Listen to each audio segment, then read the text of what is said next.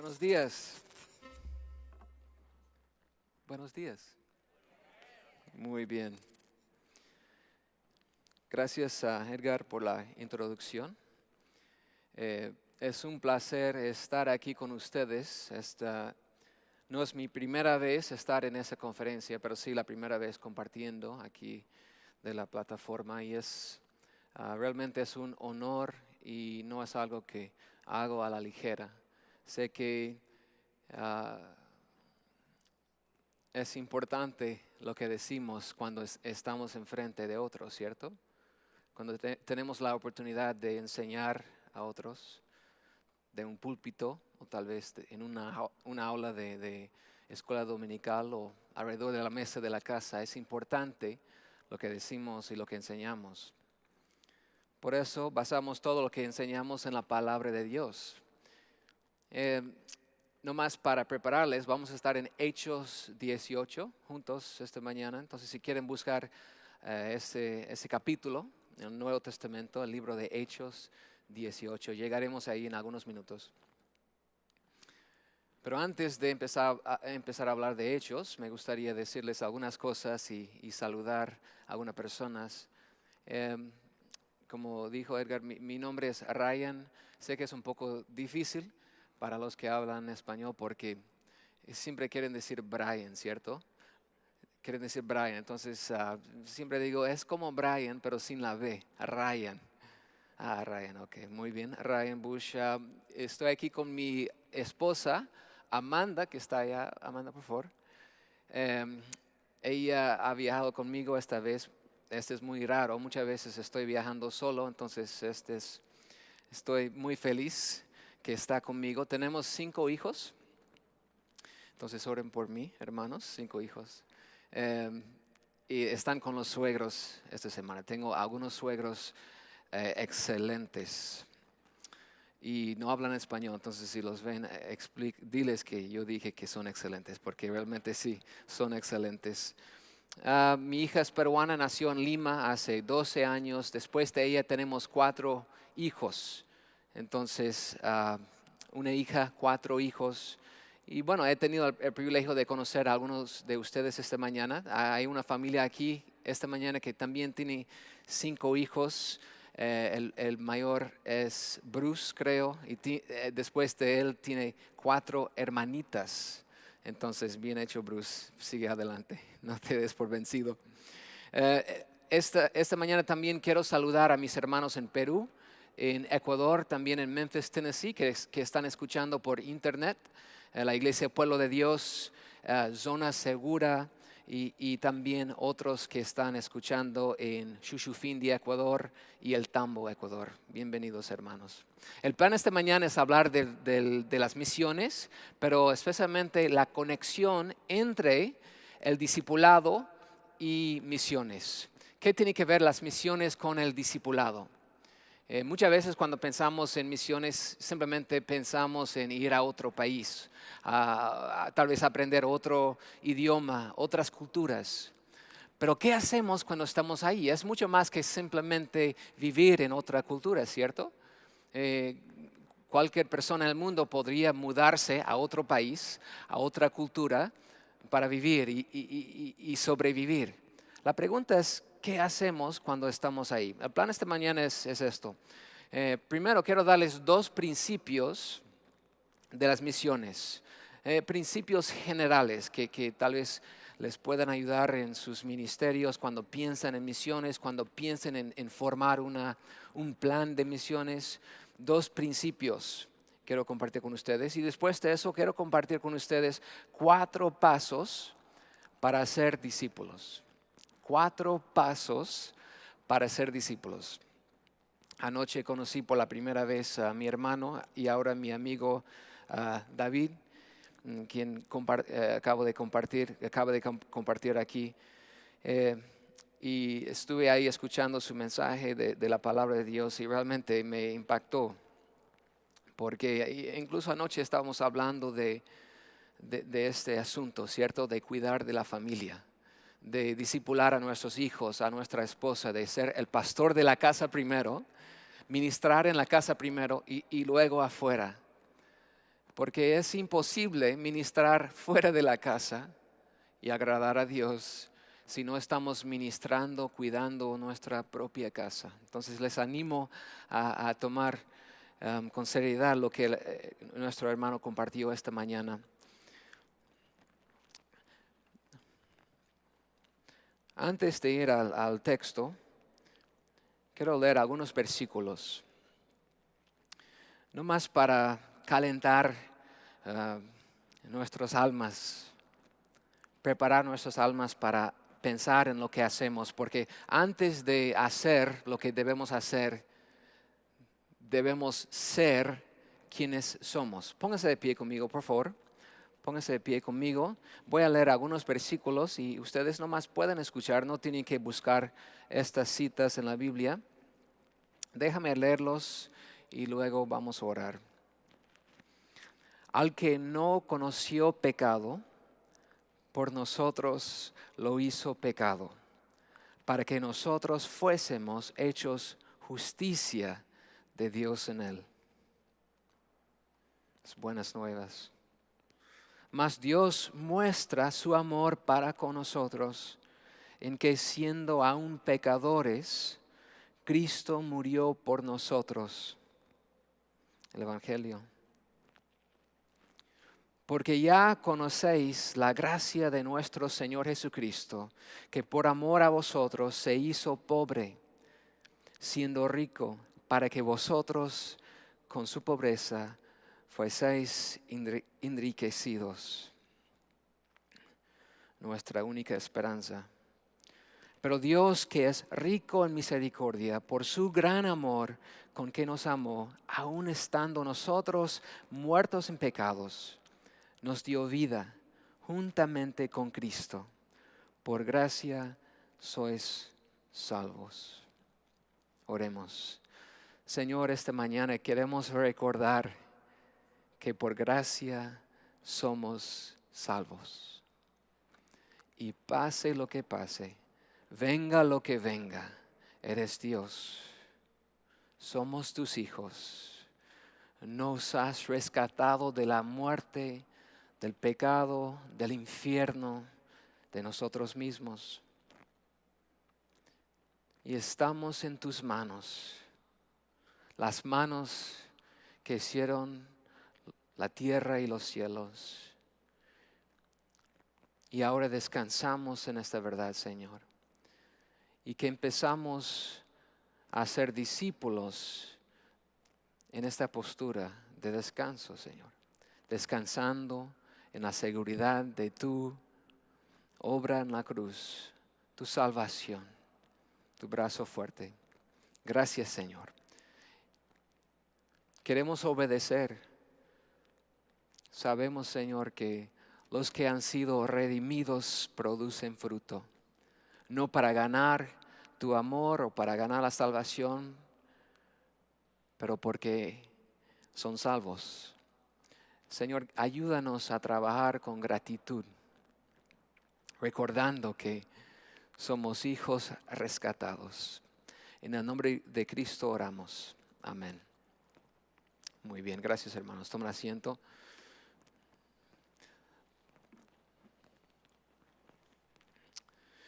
Muy bien. Tal vez notan que no soy latino, no hablo español perfectamente, entonces gracias, por favor, dame gracias esta mañana. Tal vez o a lo mejor haré varios errores. Nuestro Dios es un Dios misionero. Servimos a un Dios que busca a su pueblo. Adoramos a un Dios que toma la iniciativa para realizar un gran rescate en las vidas de sus hijos. Un gran error que muchos hacen es eso. Piensan en Dios como un abuelo. Un abuelo sentándose en su silla de rocking ahí en el cielo, con barba larga, no más con una lista chequeando, oh, este es bueno, este es malo, este es bueno, este es malo. Pero no es así, ¿cierto? Dios toma la iniciativa.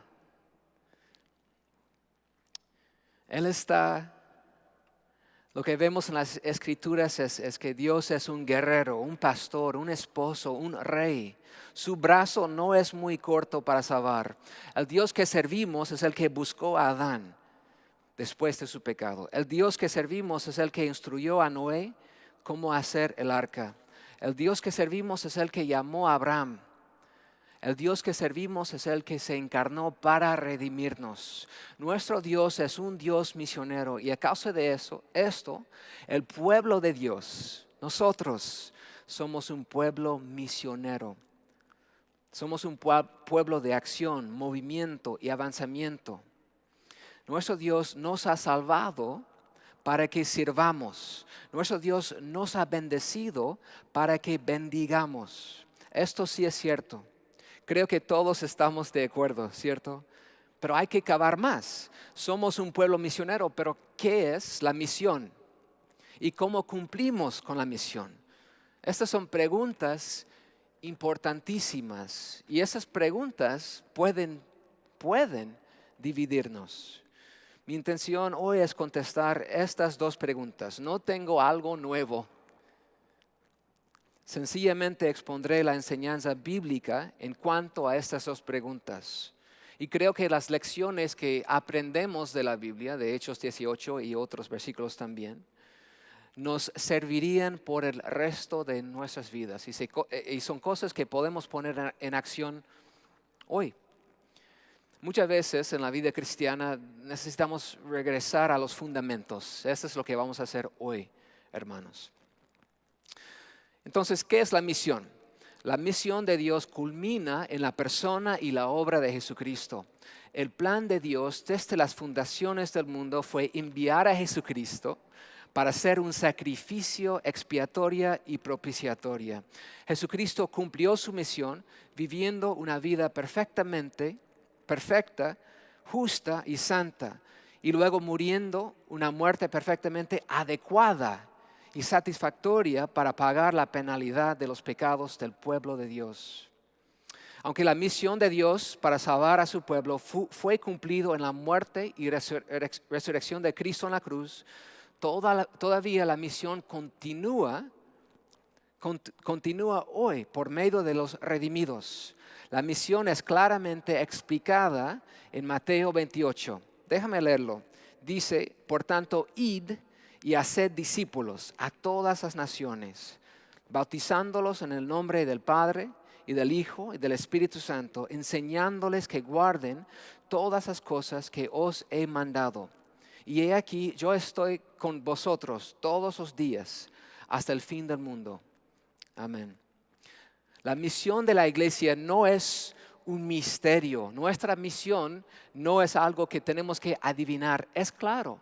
Dice ahí claramente en Mateo 28, id y haced discípulos, ¿cierto? Y nos da más detalles después. Dos cosas dice, bautizándoles, ¿cierto? Y enseñándoles, bautizándoles y enseñándoles a ser discípulos.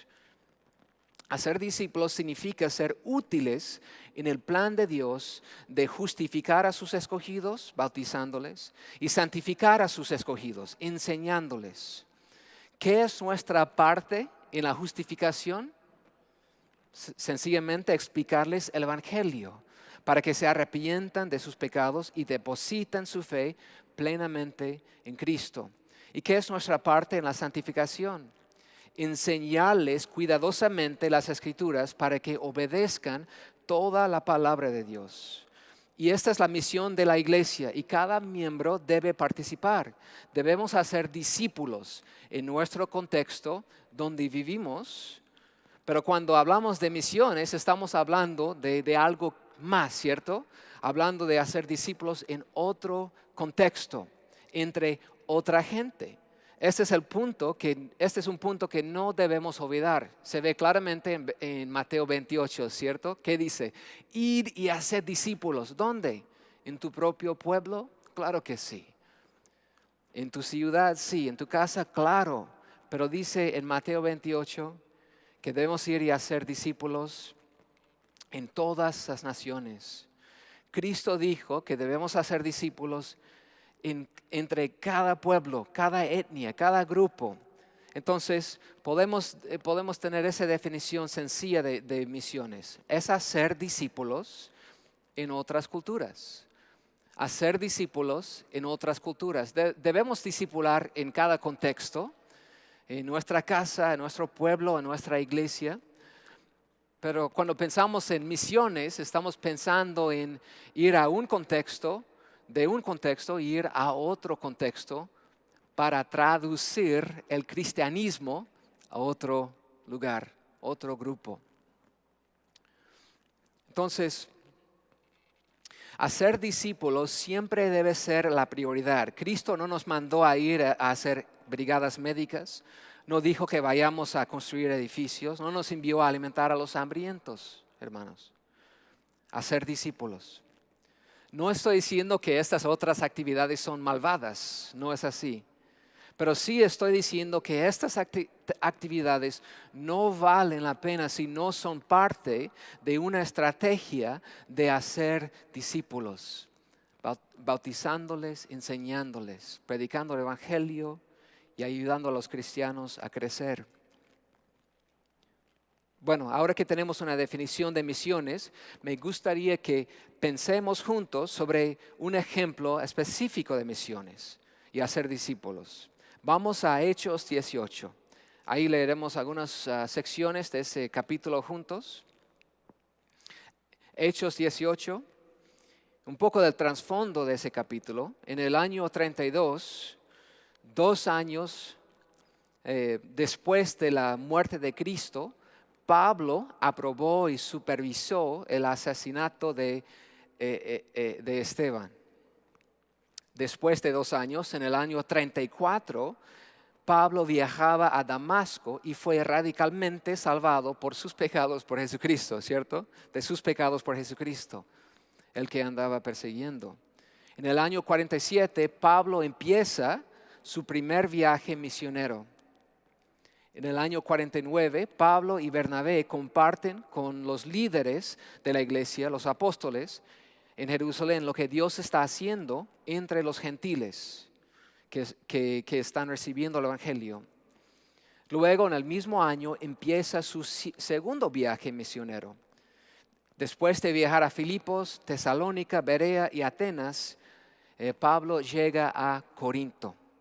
Y en este momento empieza el capítulo 18. Los eventos ahí. Mira versículo 1 de capítulo 18 de Hechos. Dice, después de estas cosas, Pablo salió de Atenas y fue a Corinto y halló a un judío llamado Aquila, natural de Ponto, recién venido de Atalia con Priscila, su mujer, por cuanto Claudio había mandado que todos los judíos saliesen de Roma. Fue a ellos y como era del mismo oficio, se quedó con ellos y trabajaban juntos, pues el oficio de ellos era hacer tiendas. 4. Y discutía en la sinagoga todos los días de reposo y persuadía a judíos y a griegos. Y cuando Silas y Timoteo vinieron a Macedonia, Pablo estaba entregado por entero a la predicación de la palabra, testificando a los judíos que Jesús era el Cristo. Pero aponiéndose y blasfemando estos, les dijo, sacudiéndose los vestidos, vuestra sangre sea sobre vuestra propia cabeza. Yo limpio, desde ahora me iré a los gentiles. Y saliendo de ahí, se fue a la casa de uno llamado Justo, temeroso de Dios, la cual estaba junto a la sinagoga. 8. Y Crispo, el principal de la sinagoga, creyó en el Señor con toda su casa, y muchos de los corintios, oyendo, creían y eran bautizados. Entonces el Señor dijo a Pablo en visión de noche, no temas, sino habla y no calles.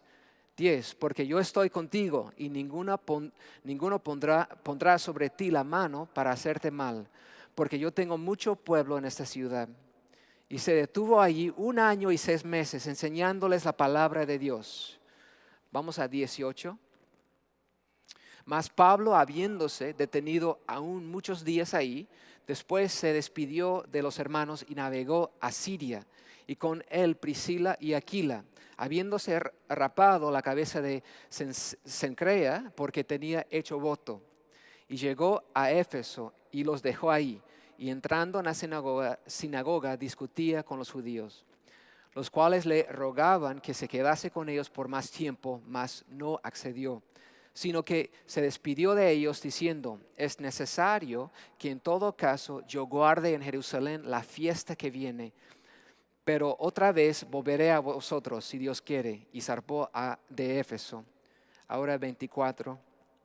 Llegó entonces a Éfeso un judío llamado Apolos, natural de Alejandría, varón elocuente, poderoso en las Escrituras.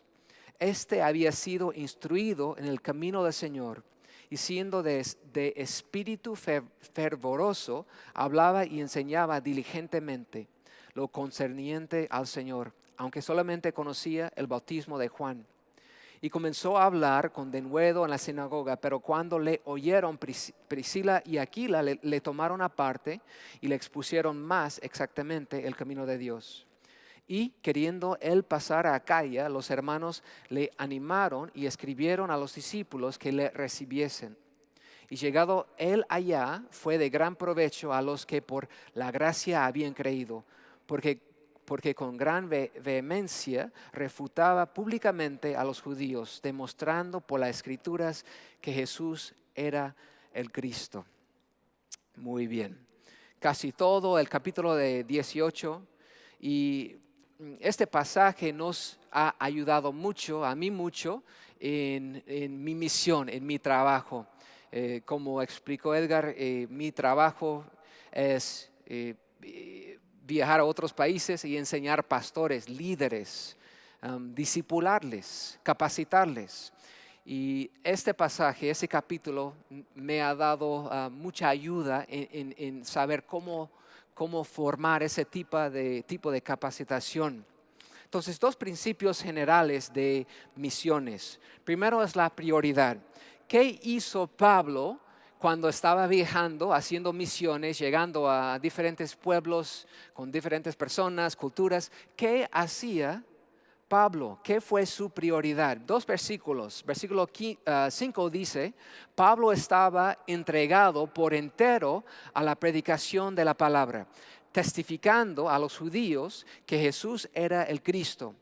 Y también en versículo 11, mira lo que dice: y se detuvo ahí 1 año y 6 meses enseñándoles la palabra de Dios.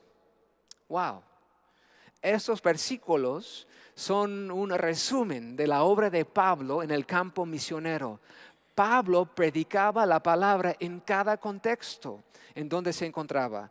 La predicación tomaba diferentes formas: en la sinagoga, tal vez, al lado de un río, en un cárcel, en un mercado, en la casa de un cristiano.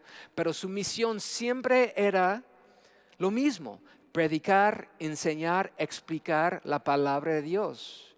La prioridad de Pablo fue predicar el evangelio a los incrédulos, que Jesús el Nazareno es el Mesías y perdón de los pecados se encuentra solamente por fe en la muerte expiatoria de Jesucristo, y enseñar a los creyentes a observar todas las cosas que Jesucristo les había mandado. ¿Se acuerdan, cierto? A ser discípulos, bautizándoles el evangelio y enseñándoles, ¿cierto? Explicando las Escrituras a creyentes.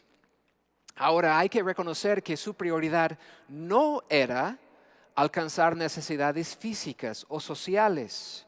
No se preocupaba por huérfanos, no desarrollaba micronegocios para ayudar a los pobres, no construía hospitales para servir a los enfermos. Nunca diríamos que estas cosas son malvadas o pecaminosas. Es bueno alcanzar necesidades físicas. Pablo mismo, Jesucristo mismo, alcanzaba necesidades físicas, ¿cierto? Sin embargo, aliviar sufrimiento temporal servía para abrir la puerta de aliviar sufrimiento espiritual. ¿Cierto? Aliviar sufrimiento temporal debe servir para abrir la puerta de aliviar sufrimiento espiritual. Hay muchos grupos que pretenden hacer misiones, pero su obra es completamente físico, social. Hermanos, hermanas, estas actividades en sí mismas no alcanzan el estándar y diseño establecido en el Nuevo Testamento. La prioridad de misiones es predicar y enseñar la palabra de Dios, tanto a incrédulos como a creyentes. Todas las actividades a las que dedicamos recursos deben apoyar la prioridad de hacer discípulos. La prioridad de misiones es predicar a los incrédulos el Evangelio y enseñar a los creyentes a observar todas las cosas que Jesucristo les había mandado. Otras actividades son útiles siempre y cuando apoyen la prioridad. Ese es el primer principio, la prioridad, hermanos. El segundo es esto, el segundo principio, métodos flexibles. Pablo creía que la gente eran perdidos y la única forma de que pudieran ser salvos fue por medio de Jesucristo. Y Pablo sabía que no podían responder al Evangelio, no podían recibir a Cristo, no podían depositar su fe en Cristo sin alguien que les testifique. Entonces, ¿qué hizo? Pablo hizo todo lo posible en llevarles el mensaje del Evangelio sin obstáculos innecesarios. Por ejemplo, Pablo viajaba a los lugares donde vivía la gente para predicarles el Evangelio. No se quedaba en Jerusalén esperando que llegaran a él para escuchar. Él viajaba a ellos. Otro ejemplo, Pablo utilizaba griego para comunicar el Evangelio a los gentiles. No exigía que ellos aprendieran hebreo o arameo para entender el Evangelio. Otro ejemplo, utilizaba Pablo las plataformas asequibles para proclamar el mensaje. A veces proclamaba el mensaje en la sinagoga, como expliqué, o en Atenas predicó en la plaza. En Filipos enseñaba al lado de un río, en casas. Incluso testificaba como prisionero delante de gobernantes. Pablo nunca vacilaba o dudaba la prioridad. Nunca dejó de predicar el Evangelio y enseñar las Escrituras. Pero la forma en lo que hizo cambió mucho. Pablo ajustaba sus métodos según el contexto. Claro, hay límites, ¿cierto? Pero debemos seguir el ejemplo de Pablo y quitar cada barrera innecesaria para que la gente de otras culturas puedan entender el Evangelio. Es como agua, ¿cierto? Si tuviera una jarra de vidrio de agua aquí, una jarra grande, y ustedes tenían vasos y quería darte el agua, ¿qué haría yo? Nunca intentaría depositar la jarra de vidrio entero en tu vaso. No quedaría, ¿cierto? Rompería todo, habría un gran desastre por aquí. No, sencillamente quiero transferir el agua de mi jarra a tu vaso, ¿cierto? Lo importante es el contenido, el agua. Pero a veces hay que cambiar formas para alcanzar otras personas. ¿Tiene sentido? Eso es lo que Pablo hacía, sin dejar atrás la prioridad. Los métodos de misiones deben ser flexibles. Como Pablo podemos y debemos ajustar nuestros métodos para quitar obstáculos innecesarios y ser más eficaces en predicar y enseñar el Evangelio. Bueno, por los últimos minutos que tenemos, nos enfocaremos en el proceso del discipulado. Entendemos que misiones es hacer discípulos y hacerlo en otros contextos, y que se compone en predicar el Evangelio a incrédulos y enseñar las Escrituras a creyentes. La prioridad de misiones es claro, y entendemos que es necesario ajustar métodos para alcanzar personas en otros contextos. Ahora hablamos de los pasos de hacer discípulos. En otras palabras, ¿qué hacemos? ¿Qué hacemos para discipular? ¿Qué pasos tenemos? ¿Qué ayuda nos da la Biblia para realmente hacer discípulos? Es sencillo decir, hacemos discípulos, ¿cierto? Pero ¿qué hacemos? Por ejemplo, si mi amigo Grayson, que está sentado por ahí, hola Grayson, si mi amigo Grayson me viene y dice, por favor, ¿puedes discipularme? yo quiero crecer en mi fe, yo sé que necesito a alguien que me discipule, ¿puedes hacerlo? Entonces digo, sí, claro, me encantaría. ¿Ahora qué? Oh, que venga a la casa y hay un partido, vamos a mirar el partido. ¿Este es discipulado? No hay duda que hacer discípulos fue la misión de Pablo. Mira lo que dijo a Timoteo: lo que has oído de mí ante muchos testigos, esto encarga a hombres fieles que sean idóneos para enseñar también a otros. Y en Hechos 18 vemos un ejemplo del proceso. Tal vez lo vieron cuando leímos. Aquí tenemos un vistazo de cómo se cumplió la gran comisión por los creyentes en el siglo I. Quiero que recuerden una palabra que inventé. A veces invento palabras. Entonces, la palabra fide. F-I-D-E. Fide. ¿Pueden decir eso? Fide, muy bien. No sé, no creo que tiene significado. Lo busqué por Google Translate, no vi nada. Entonces, fide, nueva palabra. Pero cada letra tiene significado. Fide, formar, identificar, discipular, enviar. Fide, formar, identificar, discipular, enviar. Habrá examen después, prepárense por favor. Formar. Entonces, número 1, paso 1, formar un equipo. El primer paso de ser exitoso en hacer discípulos en otros contextos es formar un equipo. Pablo no era un misionero aislado, no trabajaba solo. A veces tenía que pasar tiempo solo por un rato, pero siempre contaba con otras personas quienes vivían con él, con el mismo propósito que Pablo. Eran un equipo. En Hechos 18, ahí nomás vemos Timoteo, a Silas, a Aquila, a Priscila, a Apolos. Todos formaban parte del equipo misionero. Pablo era el líder, pero todos tomaban responsabilidad de cumplir la gran comisión. Eran colaboradores en el evangelio. Por ejemplo, ¿quién discipulaba a Aquila y Priscila? ¿Quién discipulaba a Aquila y Priscila? Pablo, ¿cierto? Pablo vivía con ellos. Bueno, no dice que Pablo discipulaba a Priscila y Aquila, pero hermanos, Pablo vivía con Aquila y Priscila. Si Pablo está durmiendo en el sofá de la casa de ustedes, van a estar escuchando la predicación y enseñanza todos los días. Él discipulaba a ellos, pero cuando Apolos llegó y Aquila y Priscila vieron que él necesitaba discipulado también, ¿qué hicieron Aquila y Priscila? Bueno, ellos entraron por Facebook, ¿cierto? Y primero vieron las fotos de Pablo que había subido, hizo un like. Y luego mandó un mensaje a Pablo diciendo que, oye, que venga, hay alguien que necesita discipulado, ¿cierto? No, claro, no tenía Facebook en ese entonces, hermano, no tenía Facebook todavía. No, ellos mismos discipulaban a Apolos, tomaron la responsabilidad de hacer discípulos.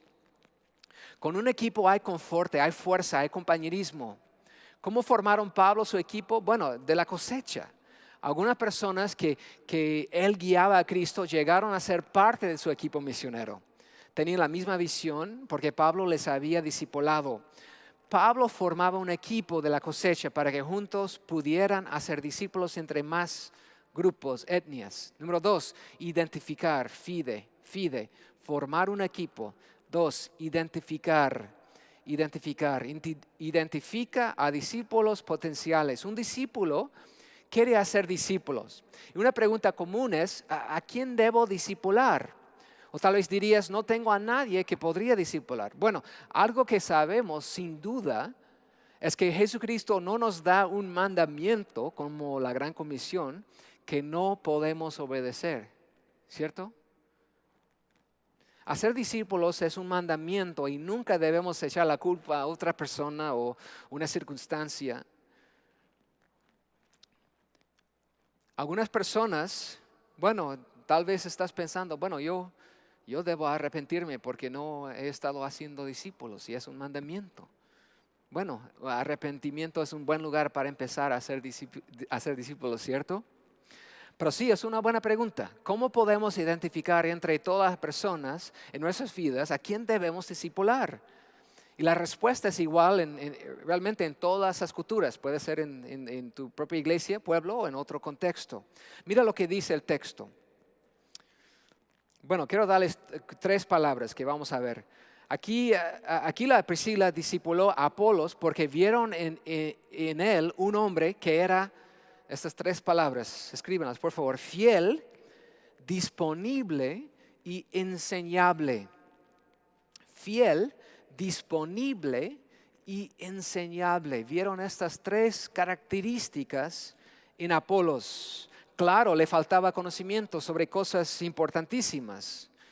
Dice en versículo 25 que enseñaba diligentemente lo concerniente al Señor, aunque solamente conocía del bautismo de Juan. Wow, parece que tal vez ni sabía de la muerte y resurrección de Cristo, tal vez. Pero ellos vieron en él un discípulo potencial. Parece que, pero aquí la Priscila vieron estas 3 características que le hicieron un buen candidato para ser un discípulo. Fiel, disponible, enseñable. Sabían que era fiel porque servía al Señor fielmente. Había viajado desde África, Alejandría, para predicar. Y estaba predicando todos los días en la sinagoga. Sabían que era disponible, pero porque cuando le invitaron a recibir instrucción de ellos, aceptó la invitación. Y sabían que era enseñable porque cuando le instruyeron, recibió y obedeció el evangelio, la enseñanza. Fiel, disponible y enseñable. En el proceso de hacer discípulos, buscamos estos tipos de personas. Entonces hay que probar un poquito, hay que chequear. Cuando era pastor de la iglesia Pueblo de Dios en Memphis, Tennessee, una persona me llegaba y dice, yo quiero ayudar, yo quiero servir en la iglesia. Y normalmente esto significa que querían estar en la plataforma, ¿cierto? Querían hacer una oración o tal vez querían cantar. Y entonces, ¿qué hacía? Dije, bueno, excelente. Entonces, quiero que cada semana que botes la basura de la iglesia. Y también si pueden poner las sillas al lado cada semana y escobar, por favor. Bueno, las caras cambian un poco cuando decimos eso. Pero si es una persona fiel, va a hacer las cosas pequeñas que nadie ve fielmente. Entonces, formar un equipo, identificar discípulos potenciales.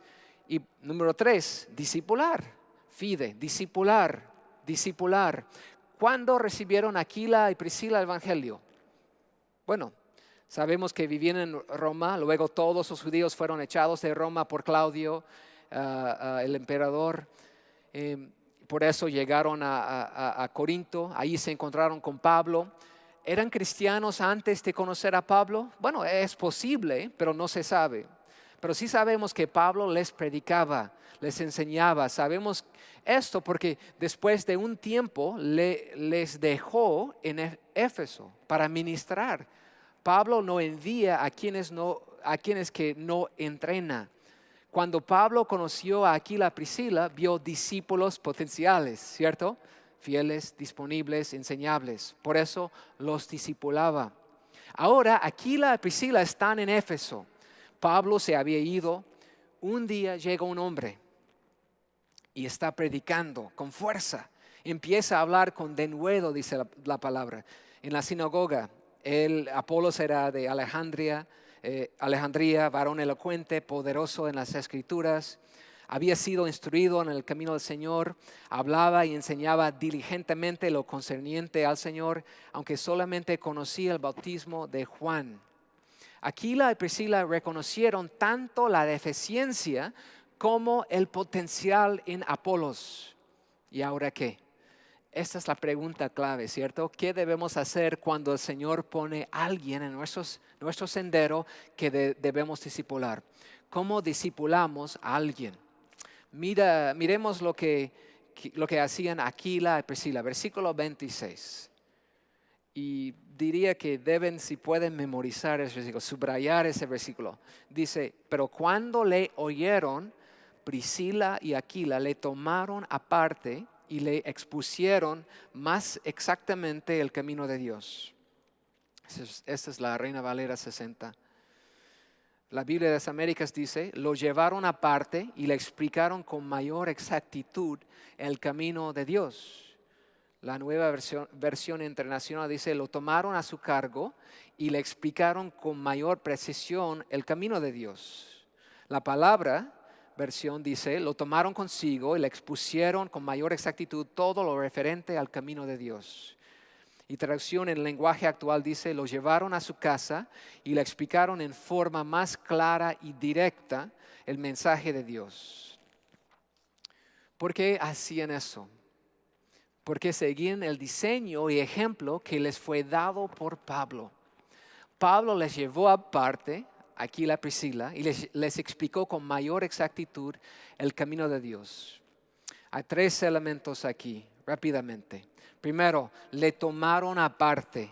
Le tomaron aparte. Este es mucho más que jalarle al lado de la iglesia por algunos minutos y decirles algunas cositas rápido.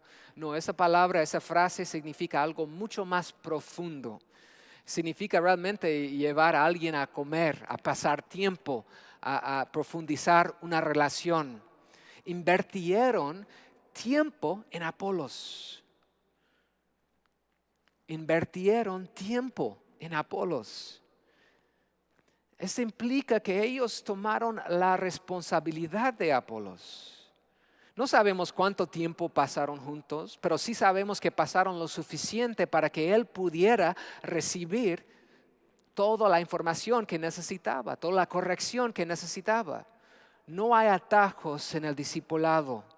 Hay que sacrificar tiempo, energía, recursos para discipular. 2 palabras que deben recordar: prioridad y sacrificio. Prioridad y sacrificio. Le tomaron aparte. Si queremos discipular, debemos tomar aparte a algunas personas por tiempo, invirtieron en ellos. Entonces, ¿qué hacemos? Dice, le explicaron con mayor exactitud. ¿Qué hicieron cuando llegaron a la casa de Aquila y Priscila?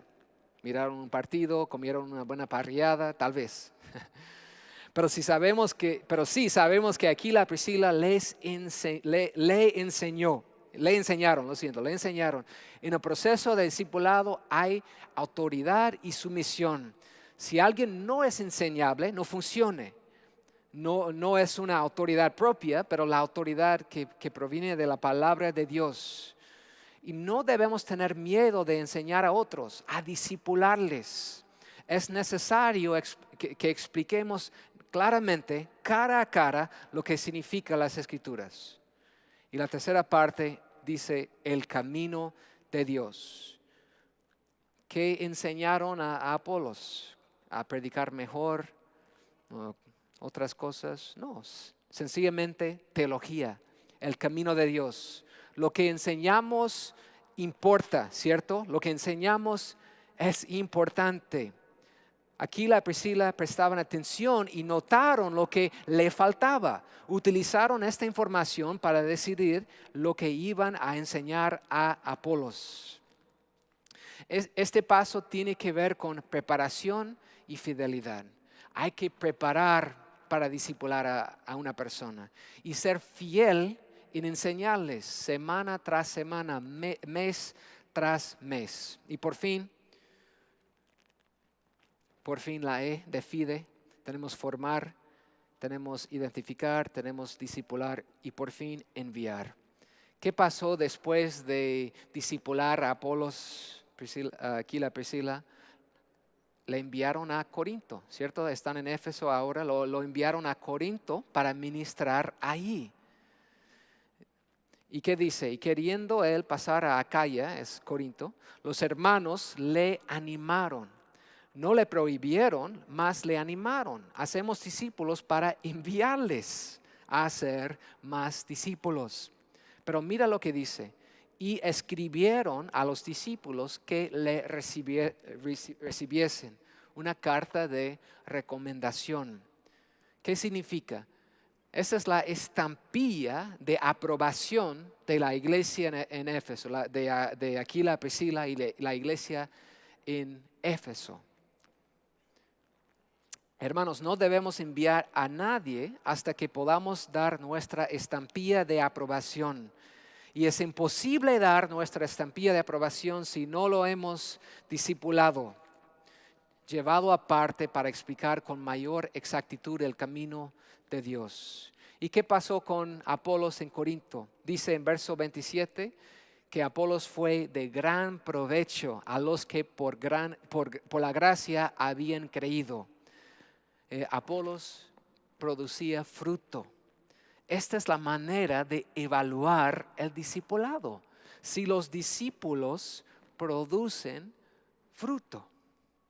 Y por fin, 1 Corintios 3, 6 a 8 dice, Pablo años después está escribiendo a esa iglesia y dice eso: yo planté, Apolos regó, pero el crecimiento lo ha dado Dios. Así que ni el que planta es algo, ni el que riega, sino Dios que da el crecimiento. El que planta y el que riega son una misma cosa, aunque cada uno recibirá su recompensa conforme a su labor, porque nosotros somos, ¿qué dice? Colaboradores de Dios. Y vosotros sois labranza de Dios, edificio de Dios. ¿Qué dice Pablo sobre Apolos? Colaboradores. Pablo estaba aquí y Pablo dice que Apolos está aquí, caminando juntos, ¿cierto? En la obra de Dios. Entonces los discípulos deben llegar a ser colaboradores con nosotros, porque Pablo aquí está formando su equipo y regresamos al principio, ¿cierto? Formar un equipo. Entonces, hermanos, nosotros somos llamados para ser discípulos. Y hacer discípulos significa bautizar, evangelizar y enseñar a los creyentes. Y la palabra de Dios nos da los pasos para hacerlo. Es sencillo, no es algo nuevo. No debemos complicarlo, pero sí debemos empezarlo y empezarlo hoy. Oremos. Señor, gracias por el tiempo que hemos tenido esta mañana. Gracias, Señor, por la gran comisión. Gracias, Señor, por el llamamiento de hacer discípulos. Y, Señor, hacemos discípulos porque éramos perdidos y ahora somos salvos. Señor, queremos obedecer porque somos hijos tuyos, redimidos de la muerte y del infierno, salvados por la gracia. Señor, ayúdanos a cada uno en ese cuarto a pensar en las personas que están tal vez en nuestras casas o iglesias o trabajos. Ayúdanos a identificar a discípulos potenciales. Y, Señor, ayúdanos a discipularles, tomarles aparte para explicarles con más exactitud el camino de Dios.